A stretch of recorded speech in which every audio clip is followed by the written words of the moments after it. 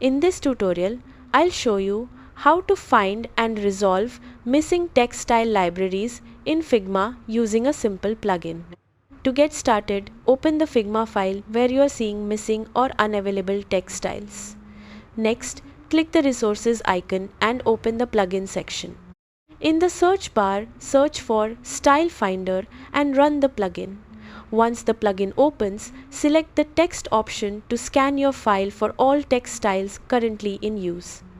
The plugin will display a list of text styles and highlight any styles that are missing, unlinked, or difficult to locate.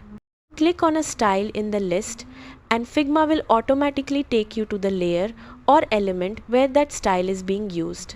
From there, you can update, replace, relink, or remove the style as needed to clean up your file and restore consistency.